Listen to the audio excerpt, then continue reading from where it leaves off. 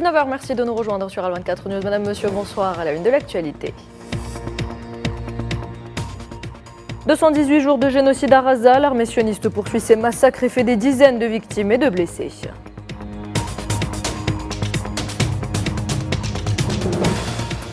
Les autorités palestiniennes découvrent 80 corps de martyrs dans 3 fosses communes creusées dans les cours du complexe médical Shifa, le plus grand de Raza.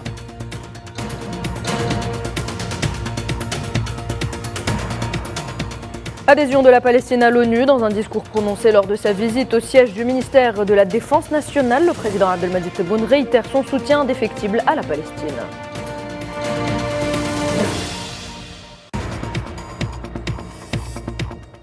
Et puis la voie s'ouvre à des années de transition supplémentaires au Mali sous le règne d'Assimi Goïta. Une proposition de 2 à 5 ans de plus a été formulée.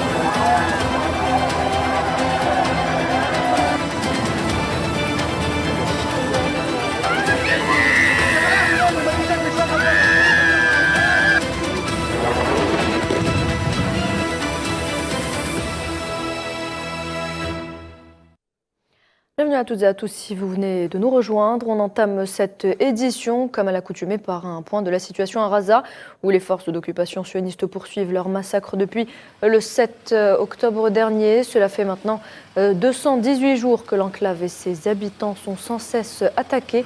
Des dizaines de victimes sont à déplorer ce samedi.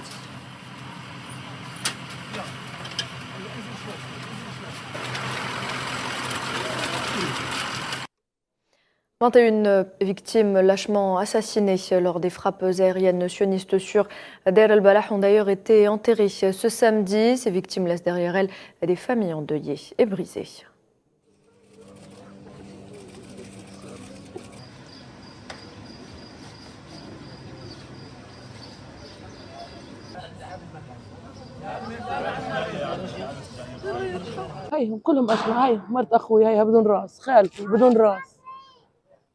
Les voilà en morceaux. Voici ma belle-sœur, sans tête. Ma tante est sans tête. C'est quoi cette injustice? Jusqu'à quand cela va-t-il durer? Nous sommes épuisés. Par Dieu, nous sommes épuisés. Je suis sous des tentes depuis 7 mois. Je n'ai jamais vécu sous une tente auparavant. Nous n'étions pas préparés à cela. Ce n'est pas juste ce qui nous arrive. Par Dieu, nous sommes épuisés de tout cela.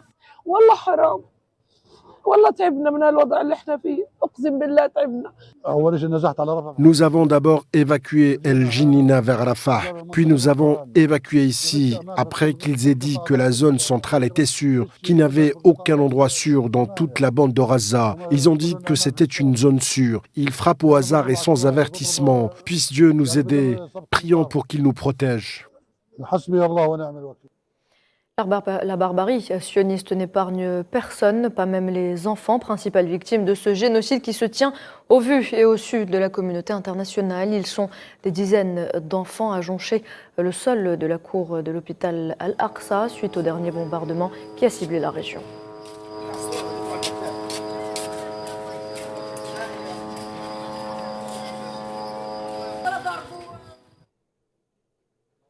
Les 80 corps de martyrs ont été découverts dans 3 fosses communes dans les cours du complexe médical à Shifa, le plus grand de l'enclave palestinienne, en plus de dizaines d'autres à l'intérieur de l'établissement. Jusqu'à présent, plus de 520 corps ont été retrouvés dans 7 fosses communes dans les hôpitaux de Raza au cours des derniers mois, après le retrait des forces sionistes de Shifa, du complexe médical Nasser et de l'hôpital Kamal Adwan.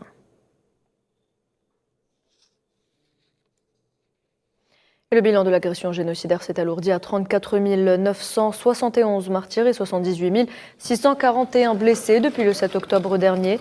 Les autorités palestiniennes de la santé rapportent que l'armée d'occupation a également commis 4 massacres au cours des dernières 24 heures, faisant 28 martyrs et 69 blessés.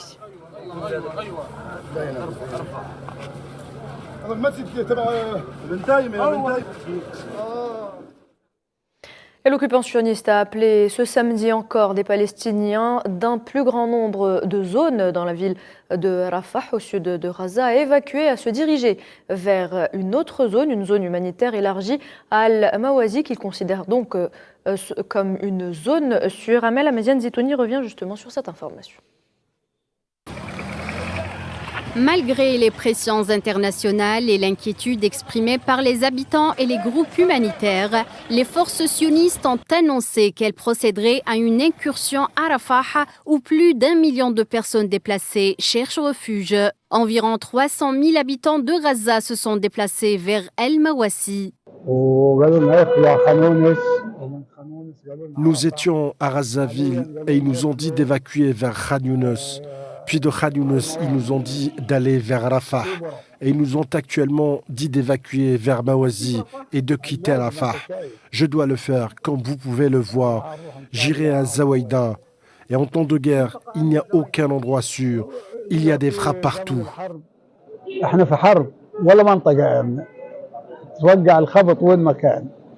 Dans un message publié par un porte-parole militaire, les habitants et les personnes déplacées de la région de Jabalia, au nord de Gaza, ainsi que de 11 autres quartiers de l'enclave, étaient appelés à se rendre immédiatement dans les abris à l'ouest de la ville de Gaza. Je n'ai toujours pas évacué. Ils l'ont signalé, mais honnêtement, je n'ai pas de tente. Et où aller ?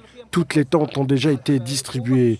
Je n'ai pas d'argent pour acheter un véhicule pour me déplacer et déplacer mes affaires et qui coûte 400 ou 500 shekels. C'est une situation très difficile. Pouvez-vous imaginer devoir évacuer quand vous n'avez pas les moyens de le faire ? Rafah est immense et ceux qui doivent évacuer se trouvent dans la région de Jnina. Nous ne savons plus quoi faire. Ce n'est pas juste.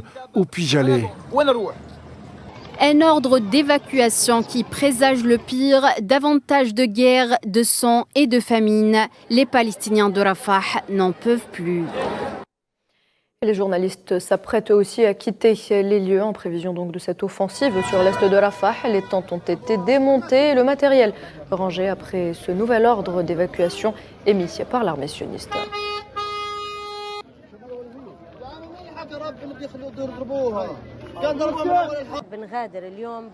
Nous évacuons aujourd'hui après que l'armée israélienne a émis un ordre d'évacuation de la zone. Nous n'avons pas de mots. Nous sommes perdus et confus. Que devons-nous faire? Où devrions-nous aller? Tout est en désordre. Nous ne savons pas quoi faire. Bien sûr, nous avons arrêté la couverture car nos familles et notre survie passent avant tout. Nous devons chercher un endroit sûr où nous pourrions trouver de l'eau et de la nourriture. Nous sommes sur le point d'entamer un nouveau voyage de souffrance.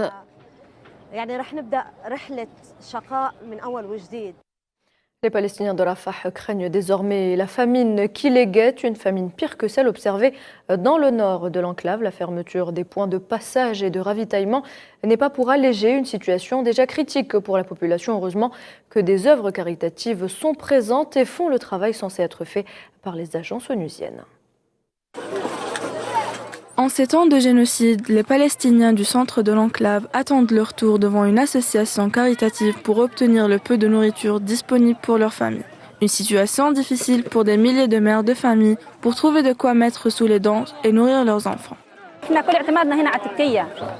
Ici, nous sommes complètement dépendants des associations caritatives. Nous ne cuisinons pas sous les tentes. Dieu merci, sans ces associations caritatives, nous retrouverions tous les déplacés, nous y compris, dans une situation misérable. Mais si les passages sont fermés, la famine arrivera. Souffrant de famine depuis des mois, les habitants d'El Balah respirent un gros coup en présence d'associations caritatives qui fournissent des repas et de quoi se réchauffer l'estomac. Nous dépendons entièrement de ces organisations caritatives. Parfois, nous n'avons pas d'argent et parfois, il n'y a rien de disponible.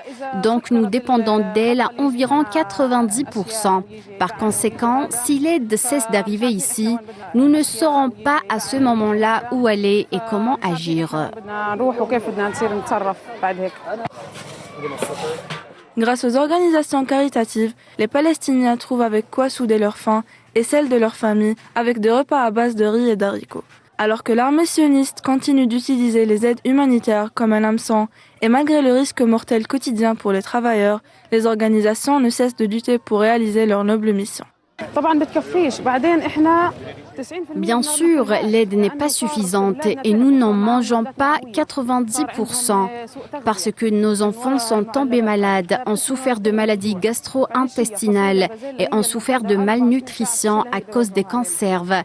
Ils sont inutiles et ce sont des haricots et des pois tout le temps. Du temps, c'est la seule chose qu'ils nous distribuent.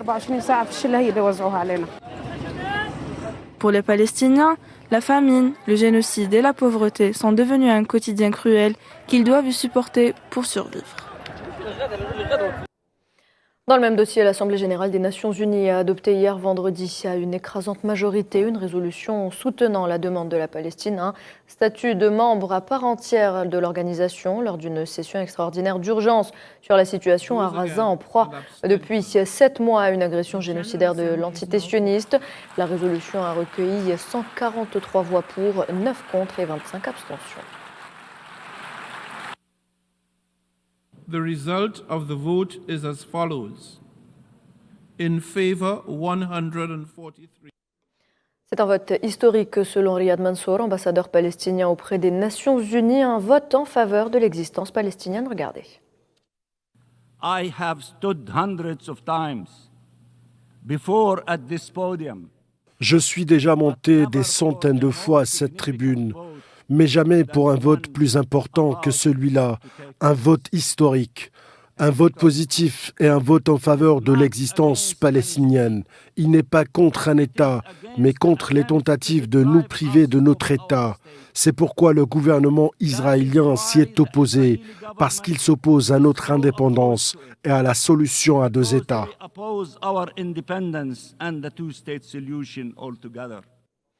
Je vous le disais en titre, le président algérien Abdelmadjid Tebboune a réitéré vendredi son soutien indéfectible à la cause palestinienne. Dans un discours prononcé lors de sa visite au siège du ministère de la Défense nationale, le président Tebboune a renouvelé l'engagement de l'Algérie à œuvrer pour permettre à l'État de la Palestine d'accéder à l'adhésion à part entière et permanente aux Nations Unies, soulignant que le moment était venu pour le peuple palestinien de retrouver son indépendance et son droit à établir son État après des décennies de persécution et d'injustice. الجزائر بعد ما حاولنا بقدر الاستطاع باش نلم كل الفصائل هنايا وكل جاو قبل 82 ادخال فلسطين كعضو ملاحظ في الامم المتحده كانت الجزائر هي اللي ناضلت من اجله وصلنا للنتيجه. قاعد نذكروا الخطاب انذاك تاع المرحوم الزعيم الراحل ياسر عرفات في الامم المتحده. 88 بعد اعلان الدوله الفلسطينيه هنا. اليوم رانا نسعى باش فلسطين ترجع كدوله كامله الحقوق كامله الاركان في الامم المتحده.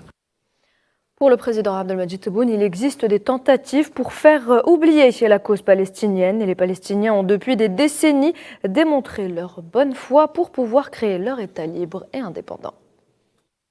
فيه طبخة لنسيان أو تناسي أن فيه شعب يسموه الشعب الفلسطيني وممكن يقوم بدولة تاعو، باغيين يمحوا كل شيء. فلسطين لازم ترجع دولة والتنازلات اللي عطاوها فيها كفاية.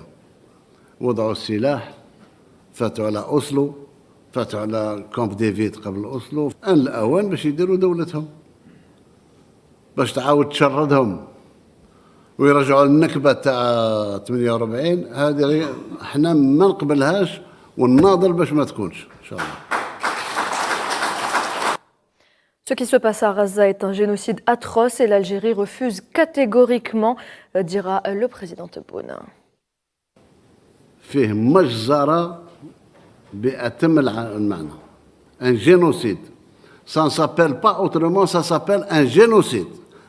يعني تصفية الشعب الفلسطيني جسديا. هذا الشيء اللي صار اليوم 34,000 شهيد. أطفال ونساء وغيره. وين ماشيين؟ أنت تجي ترمي قنبلة فيها طن 10 قناطر على منازل وعلى أحياء آهلة بالسكان، وش معناتها؟ بغيت تمحيهم.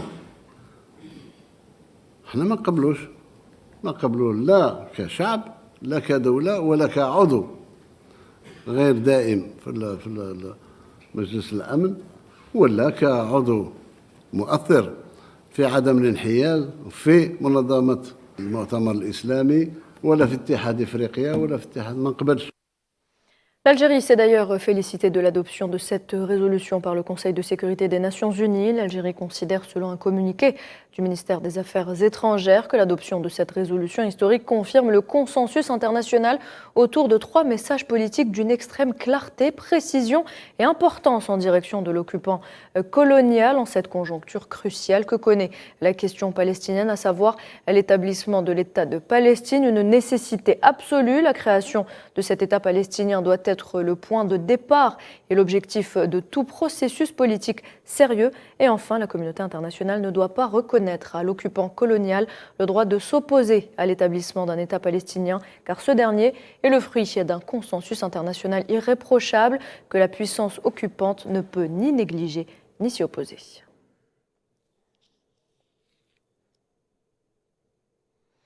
Et les membres du Conseil de sécurité ont adopté également hier vendredi à l'unanimité un communiqué de presse proposé par l'Algérie appelant à des enquêtes immédiates, indépendantes, approfondies, transparentes et impartiales pour déterminer les circonstances derrière les charniers qui continuent d'être découverts dans la bande de Gaza, montrant le tableau vrai et laid de la machine à tuer de l'entité sioniste. L'adoption du communiqué de presse intervient suite donc au débat à huis clos du Conseil de sécurité convoqué par l'Algérie mardi dernier.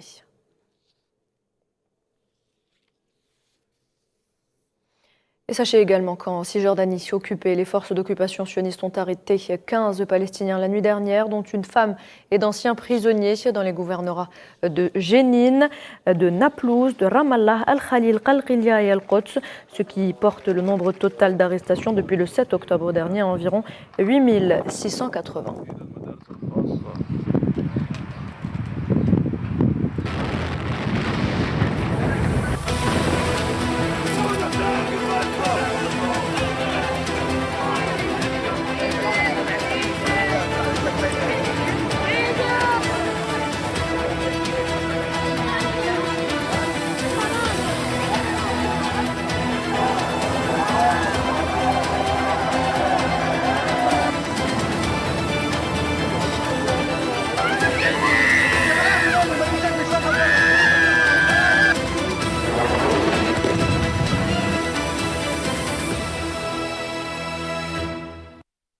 Et les manifestations anti-normalisation et en soutien à la cause palestinienne se multiplient au Maroc. Hier vendredi, dans une journée de colère publique sur fond d'offensive annoncée sur Rafah, les Marocains sont donc descendus massivement dans les rues.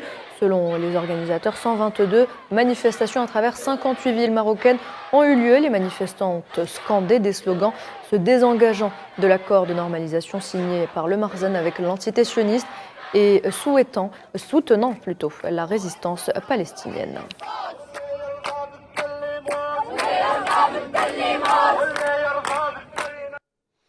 Dans l'actualité également, le président tunisien Kais Saïed a ordonné la dissolution du bureau de la Fédération nationale de natation et le limogeage de responsables après la dissimulation du drapeau tunisien lors d'un événement sportif organisé vendredi près de Tunis conformément aux sanctions de l'Agence mondiale antidopage. Le président Saïed a souligné dans un discours que celui qui a osé couvrir le drapeau national tunisien doit se rendre compte qu'il a commis un crime odieux contre le peuple et qu'il ne peut ainsi rester sans nulle sanction ou punition. Je vous propose de l'écouter.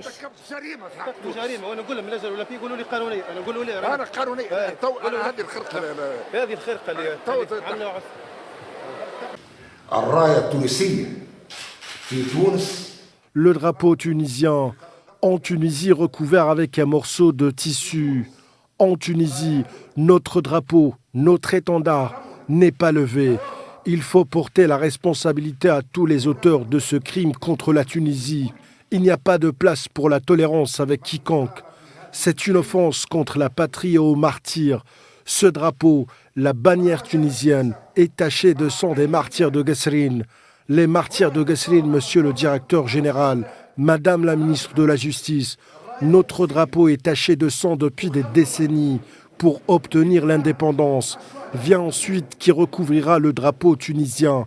Il n'y a pas de place pour la tolérance avec le responsable de cet acte.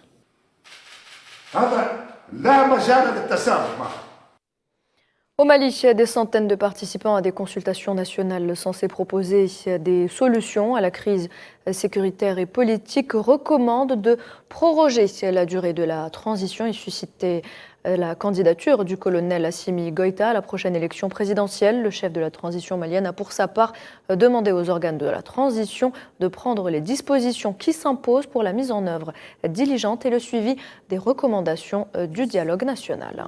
La durée de la transition de 2 à 5-8, relire la loi 04038 du 5 août 2004, modifiée, relative aux associations afin de moraliser les conditions de création et de gestion et de renforcer les dispositions de l'accord cadre avec l'État. 9. Réviser la charte de la transition. 10. Proroger la durée de la transition de 2 à 5 ans. Ouvrir le dialogue doctrinal 40 avec les groupes armés dits djihadistes et mettre à contribution les érudits maliens pour définir le corpus doctrinal des débats à mener avec ces groupes. L'émir du Koweït, Cheikh Mashal Al-Ahmed Al-Sabah, a décidé de dissoudre le Parlement vendredi et d'assumer certaines fonctions gouvernementales à peine 6 semaines après les élections. Le Parlement élu début avril devait se réunir pour la première fois ce lundi, mais plusieurs députés ont refusé de participer au gouvernement. La Constitution du Koweït exige qu'au moins un député détienne un portefeuille ministériel jusqu'à ce que la formation du gouvernement soit achevée. Mais le Premier ministre désigné n'est pas parvenu à convaincre un seul député de participer.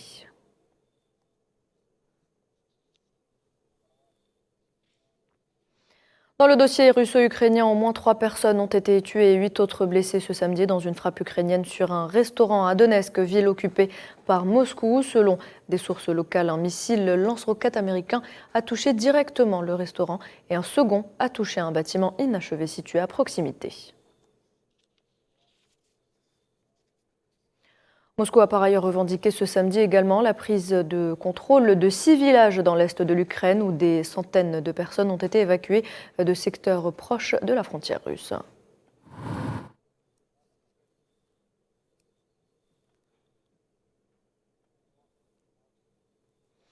En Afghanistan, après les pluies torrentielles qui ont déferlé des rivières d'eau et de boue sur les villages et les terres agricoles dans le nord du pays, les habitants du village de Lakaï, dans la province de Baghlan, tentent de nettoyer les dégâts. Plus de 300 personnes ont été tuées dans des inondations soudaines qui ont donc ravagé plusieurs provinces afghanes.